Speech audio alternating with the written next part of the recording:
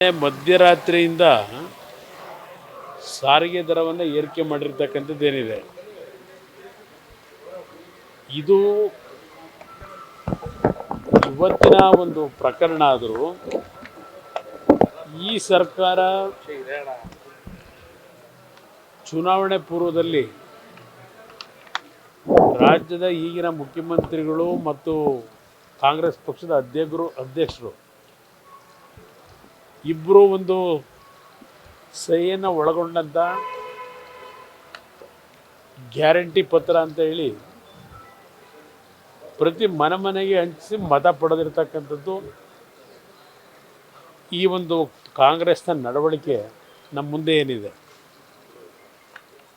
ನಾನು ನೆನ್ನೆಯೂ ಸಹ ಎಲ್ಲ ಒಂದು ಕಡೆ ಮಾತನಾಡಿದೆ. ರಾಜ್ಯದಲ್ಲಿ ಅತ್ಯಂತ ಹೆಚ್ಚಿನ ಒಂದು ಬಜೆಟನ್ನು ಮಂಡನೆ ಮಾಡಿರ್ತಕ್ಕಂಥ ಒಬ್ಬ ಮುಖ್ಯಮಂತ್ರಿ ಇವರು, ಆರ್ಥಿಕ ಸಚಿವರಾಗೂ ಸಹ ಹೆಚ್ಚಿನ ಒಂದು ಬಜೆಟ್ ಮಂಡನೆ ಮಾಡಿದ್ದಾರೆ.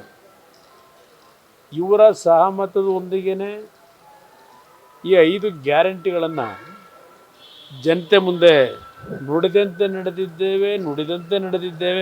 ಅದು ಎಷ್ಟು ಲಕ್ಷ ಬಾರಿ ಪಠನೆ ಮಾಡಿದ್ರೋ ಗೊತ್ತಿಲ್ಲ. ಹೇಳಿದಂಥವರು ಈ ನುಡಿದಂತೆ ನಡೀಲಿಕ್ಕೆ ಯಾವ ರೀತಿಯಲ್ಲಿ ಜನಸಾಮಾನ್ಯರ ಒಂದು ಬದುಕಿನ ಜೊತೆ ಚೆಲ್ಲಾಟ ಆಡ್ತಾ ಇದ್ದಾರೆ. ಬಸ್ನಲ್ಲಿ ಪ್ರತಿನಿತ್ಯ ಓಡಾಡೋರು ಶ್ರೀಮಂತ ವರ್ಗದ ಜನ ಅಲ್ಲ, ಇಲ್ಲ ಮಂತ್ರಿಗಳ ಮಕ್ಕಳು, ಮಂತ್ರಿಗಳ ಕುಟುಂಬದವರು ಓಡಾಡೋದಲ್ಲ. ಬಸ್ಗಳಲ್ಲಿ ಪ್ರತಿನಿತ್ಯ ಪ್ರಯಾಣ ಮಾಡೋರು, ಕೂಲಿ ಕಾರ್ಮಿಕರು, ರೈತರು, ಶ್ರಮಜೀವಿಗಳು ಇವತ್ತು ಬಸ್ನಲ್ಲಿ ಪ್ರಯಾಣ ಮಾಡ್ತಾರೆ. ಇಂಥ ಒಂದು ಆ ವರ್ಗದ ಜನರ ಬದುಕಿನ ಜೊತೆ 15% ಇವತ್ತು ಏರಿಕೆ ಮಾಡಿ ಬಸ್ ದರವನ್ನು ಯಾವ ಸಾಧನೆ ನೀವು ಮಾಡಲಿಕ್ಕೆ ಹೊರಟಿದ್ದೀರಿ? ನಿಮ್ಮ ಗ್ಯಾರಂಟಿ ಸ್ಕೀಮ್ಗೆ ನಂದು ವಿರೋಧ ಇಲ್ಲ, ಇವತ್ತು ಸಹ ವಿರೋಧ ಇಲ್ಲ. ನೀವೇನು 5 ಗ್ಯಾರಂಟಿ ಘೋಷಣೆ ಮಾಡಿದ್ದೀರಿ ಅದನ್ನು ಇನ್ನೂ ಮುಂದುವರಿಸಿ, ಯಾವುದೇ ಕಾರಣಕ್ಕೂ ಅದು ನಿಲ್ಲಿಸಬೇಡಿ. ಏಕೆಂದರೆ ಒಂದು ವರ್ಗದ ಜನ ಅದರಿಂದ ಏನೋ ಒಂದು ಒಳ್ಳೆಯ ಅನುಕೂಲಗಳಾಗಿದೆ ಅಂತಕ್ಕಂಥದ್ದನ್ನು ಹೇಳೋರು ಇದ್ದಾರೆ. ಅದನ್ನು ನಿಲ್ಲಿಸಿ ಅನ್ನೋದನ್ನು ನಾನು ಹೇಳಲ್ಲ. ಆದರೆ ಆ ಕಾರ್ಯಕ್ರಮವನ್ನು ಕೊಡ್ತಕ್ಕಂಥ ಹೆಸರಿನಲ್ಲಿ 5 ಪಟ್ಟು 6 ಪಟ್ಟು ಅದೇ ವರ್ಗದ ಜನತೆಯ ಕುಟುಂಬಗಳಿಂದ ಹಗಲು ಮಾಡ್ತಕ್ಕಂಥ ಕೆಲಸ ಮಾಡ್ತಾ ಇದ್ದೀರಿ. ಹಿಂದಿನ ಸರ್ಕಾರ ಏರಿಕೆ ಮಾಡಿರಲಿಲ್ಲ, ಅವರಷ್ಟು ಏರಿಕೆ ಮಾಡಿದರು. 47% ಏರಿಕೆ ಮಾಡಿದರು. BJP ಸರ್ಕಾರದಲ್ಲಿ ನಾವು ಭಾಳ ಕಡಿಮೆ ಮಾಡಿದ್ದೀವಿ, ಬರೀ 15%. ಇದು ಕಾರಣ ಅಲ್ಲ ಕೊಡೋದು. ಈ ಕಾರಣ ಕೊಟ್ಟು ನೀವು ಇವತ್ತು ಜನರ ಬದುಕಿನ ಜೊತೆ ಚೆಲ್ಲಾಟ ಆಡೋದಲ್ಲ. ಇದು ಯಾವ ರೀತಿ ನಡ್ಕೋತಾ ಇದ್ದೀರಿ? ಹೋಗಲಿ, ಇದೊಂದು ಬಸ್ಸಿನ ಒಂದು ದರ ಏರಿಕೆ ಮಾಡಿರೋದಷ್ಟೇ ಅಲ್ಲ. ನೀವು ಯಾವ ರೀತಿಯಲ್ಲಿ ಇವತ್ತು ನಿಮ್ಮ ಮುದ್ರಾಂಕ ಶುಲ್ಕ ಇರ್ಬೋದು, ಅಲ್ಲಿಂದ ನಮ್ಮ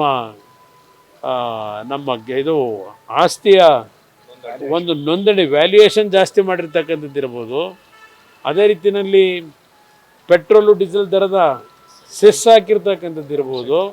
ಒಂದಲ್ಲ ಎರಡಲ್ಲ ನೀವು ಮಾಡ್ತಿರೋದು. ಈಗ ಮತ್ತೆ ನೀರಿನ ದರ ಏರಿಕೆ ಮಾಡ್ತೀವಿ, ಮತ್ತು ಇನ್ನೊಂದನ್ನು ಏರಿಕೆ ಮಾಡ್ತೀವಿ, ಹಾಲಿನ ದರ ಏರಿಕೆ ಮಾಡ್ತೀವಿ. ಇದು ಯಾರ ಮೇಲೆ ಎಫೆಕ್ಟ್ ಆಗುತ್ತೆ? ಜನಸಾಮಾನ್ಯರ ಮೇಲೆ ಇವತ್ತು ಎಫೆಕ್ಟ್ ಆಗ್ತಕ್ಕಂಥದ್ದು.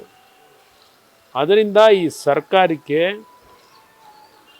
ಯಾವ ಹಣ ಲೂಟಿ ಮಾಡ್ತಕ್ಕಂಥ ಕೆಲಸ ಮಾಡ್ತಾಯಿದ್ದೀರ, ರಾಜ್ಯದ ಜನತೆಯ ತೆರಿಗೆ ಹಣ, ಆ ಲೂಟಿ ಮಾಡೋದು ನಿಲ್ಲಿಸಿ. ಇವತ್ತು ಆ ಪರ್ಸೆಂಟೇಜ್ದು ಸಿಸ್ಟಮ್ ಇಟ್ಕೊಂಡಿದ್ದೀರಲ್ಲ. ಪಾಪ ಹಿಂದೆ BJP ಸರ್ಕಾರದ ಬಗ್ಗೆ ಹೇಳಿ ಅದೇನು ಪೇಪರ್ ಅಡ್ವರ್ಟೈಸ್ಮೆಂಟ್ ಕೊಟ್ಟು ಜನಗಳಿಂದ ಮತ ಪಡೆದು ಬಂದ್ರಲ್ಲ ನಿಮ್ಮ ಯೋಗ್ಯತೆಗೆ. ಇವತ್ತು ನೀವು ಮಾಡ್ತಿರೋ ಕೆಲಸ ಏನು? ಹೋಗಲಿ, ಆ ಹಿಂದಿನ BJP ಸರ್ಕಾರದ ಮೇಲೆ ಹೇಳಿದ್ರಲ್ಲ ಪರ್ಸೆಂಟೇಜು, ಇವತ್ತಿನವರೆಗೆ ಅದು ಸತ್ಯವೋ ಅಸತ್ಯವೋ ನಿರೂಪಿಸ್ತಕ್ಕಂಥ ಕೆಲಸಕ್ಕೂ ಕೈ ಹಾಕಲಿಲ್ಲ.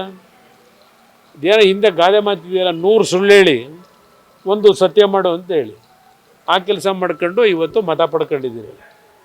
ಇವತ್ತು ಈ ರೀತಿ ಬೆಲೆ ಏರಿಕೆ 100 ರೂಪಾಯಿ 150 ರೂಪಾಯಿ ಇವತ್ತು ಪ್ರಯಾಣ ಮಾಡಬೇಕಾದ್ರೆ ಜಾಸ್ತಿ ಕೊಟ್ಟು, ಇಲ್ಲ ಸಿಟಿಗಳಲ್ಲಿ 3-5 ರೂಪಾಯಿ ಇವತ್ತು ಕೊಡ್ತಕ್ಕಂಥದ್ದು ಇದೆಯಲ್ಲ, ಅವನು ಒಂದು ದಿನಕ್ಕೆ ಒಂದು ಜರ್ನಿ ಹೋಗಬೇಕಾದ್ರೆ 3 ರೂಪಾಯಿ 5 ರೂಪಾಯಿ, ಬರಬೇಕಾದ್ರೆ ಮತ್ತು 3 ರೂಪಾಯಿ 5 ರೂಪಾಯಿ ಸಿಟಿಗಳಲ್ಲೂ. ಅಂದರೆ ದಿನಕ್ಕೆ ಅವ್ರಿಗೆ 10 ರೂಪಾಯಿ ಖರ್ಚು. ತಿಂಗಳಿಗೆ ಎಷ್ಟಾಯಿತು? ಆ ಕುಟುಂಬದ ಪರಿಸ್ಥಿತಿ ಏನಾಗಬೇಕು? ಅಲ್ಲಿ ನೀವು 2,000 ರೂಪಾಯಿ ಕೊಟ್ಟು ಏನು ಸಾಧನೆ ಮಾಡ್ತೀರಿ? ಆ ಗೃಹಲಕ್ಷ್ಮಿ ಹೆಸರನ್ನ ಮಹಿಳೆಯರ ಕುಟುಂಬದವ್ರ ಮೇಲೆ ಅಲ್ಲಿ ಇನ್ನೊಂದು ರೀತಿಯಲ್ಲಿ ದುಡ್ಡು ವಸೂಲಿ ಮಾಡಿ ನೀವೇ ಬೇಕಾ ಕೊಡೋಕೆ 2,000 ರೂಪಾಯಿನ? ಅದೇನೋ ಹೇಳ್ತಾರಲ್ಲ ಗಾದೆ ಮಾತು, ಯಾರೋ ದಾನ ಮಾಡಿದ್ರು ಅಂತ.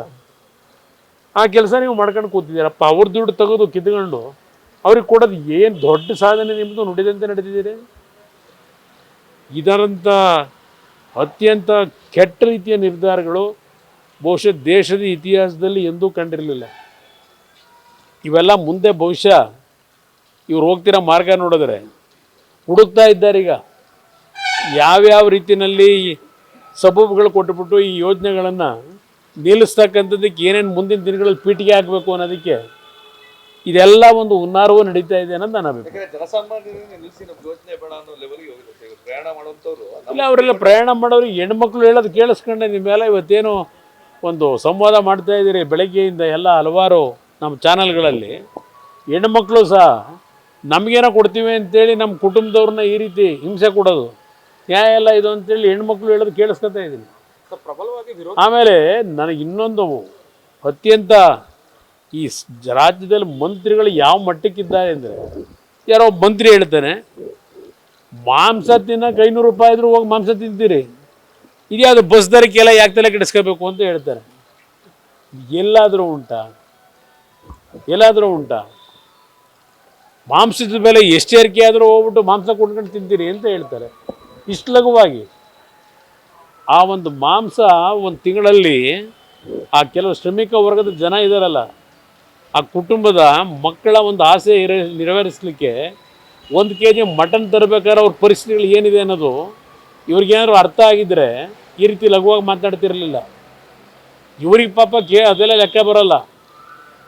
ಆದರೆ ಬೆಳಗ್ಗಿನ ಸಾಯಂಕಾಲದವರೆಗೂ ಶ್ರಮಪಟ್ಟು ಜೀವನ ಮಾಡ್ತಾನಲ್ಲ ಅವ್ರ ಮಕ್ಕಳು ಇವತ್ತು ನೋಡ್ತಾ ಇದ್ದೀವಿ ಮ್ಯಾಲ್ ನ್ಯೂಟ್ರಿಷನ್ನ ಕೊರತೆಯಿಂದ ಆ ಮಕ್ಕಳ ಬದುಕೇನಾಗ್ತಿದೆ, ಜೀವಕ್ಕೆ ಅಪಾಯಗಳು.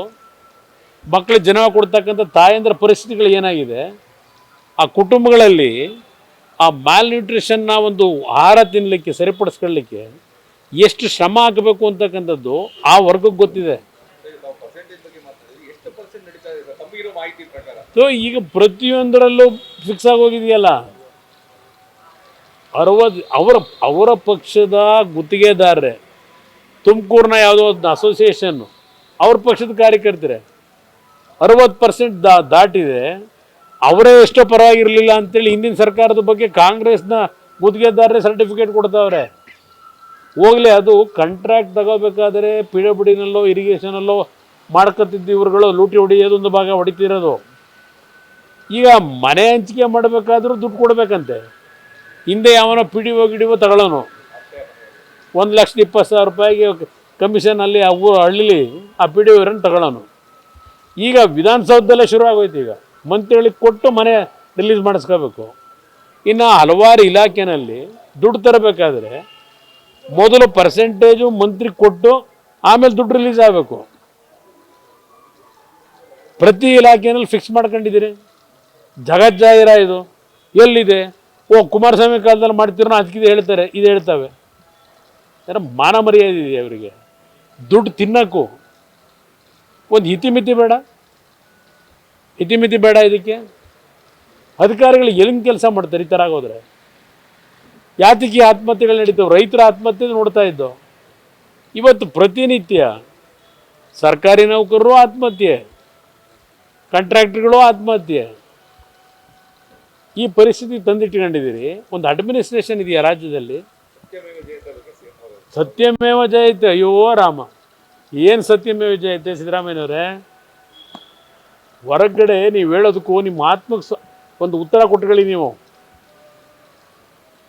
ಯಾವ ಸತ್ಯಮೇವ ಜಯತೆ ಅಂತ ಹೇಳ್ಕೊಂಡು ಅಡ್ವರ್ಟೈಸ್ಮೆಂಟಲ್ಲೂ ಏನು ಪಾಪ ಹಾಕ್ತೀರಿ. ನಿಜಕ್ಕೂ ಆ ಸತ್ಯಮೇವ ಜಯತೆ ಉಳಿಸಿದ್ದೀರಾ. ನಿಮ್ಮ ಪಟಾಲಂಗಳು ಬೆಂಗಳೂರು ಹಲವಾರು ಪ್ರಮುಖ ನಗರಗಳಲ್ಲಿ ಯಾವ್ಯಾವ ರೀತಿ ಲೂಟಿ ಮಾಡ್ಕೊಂಡು ಹೊರಟಿದ್ದಾರೆ. ಬೇಕಾ ವಿಷಯಗಳು? ಎಷ್ಟು ಬೇಕು? ಇದೆಲ್ಲ ನೋಡಿ ಬೇಸತ್ತು ಬಿಟ್ಟುಬಿಟ್ಟಿದ್ದೀವಿ. ಯಾವ್ಯಾವ ರೀತಿ ನಿಮ್ಮ ಹಿಂದೆ ಮುಂದೆ ಓಡಾಡ್ತಕ್ಕಂಥವ್ರನ್ನ ರಾಜ್ಯದ ಆಸ್ತಿ ಏನಿದೆ, ಜನತೆಯ ಸಂಪತ್ತನ್ನು ಲೂಟಿ ಯಾವ ರೀತಿ ಮಾಡ್ತಾ ಇದ್ದೀರಿ. ಇತಿಹಾಸ ಇದು.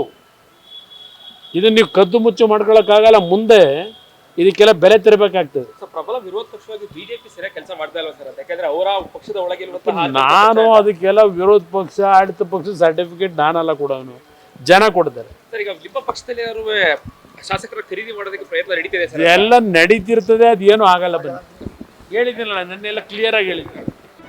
ಜಿ ಕನ್ನಡ ನ್ಯೂಸ್ ಈಗ ನಿಮ್ಮ ಮನೆಯಲ್ಲೇ ನೋಡಿ. ಎಲ್ಲ ಕೇಬಲ್ಗಳಲ್ಲಿ ಈಗ ಲಭ್ಯ. ನಿಮ್ಮ ನೆಚ್ಚಿನ ಜಿ ಕನ್ನಡ ನ್ಯೂಸ್ ಈಗ ಸನ್ ಡೈರೆಕ್ಟ್ ನಲ್ಲಿ number 292, Tata play number 1664, Jio TV number 1334, NXT digital number 30, in cable number 30, city networks 51, U digital number 162, GTPL number 17, Rockline telecommunications number 42, Shri Basaveshwara cable number 168, rural cable network 60, Vinayaka digital 57, Abhishek cable 821, city channel 53, Siddeshwara cable network 57, V4 digital Infotech 628, Surya digital networks 53, Gajanan digital number 836, Malnad Infotech Private Limited number 56, Metrocast number 830, Victory Digital number 167ರಲ್ಲಿ ನೋಡಿ ಆನಂದಿಸಿ.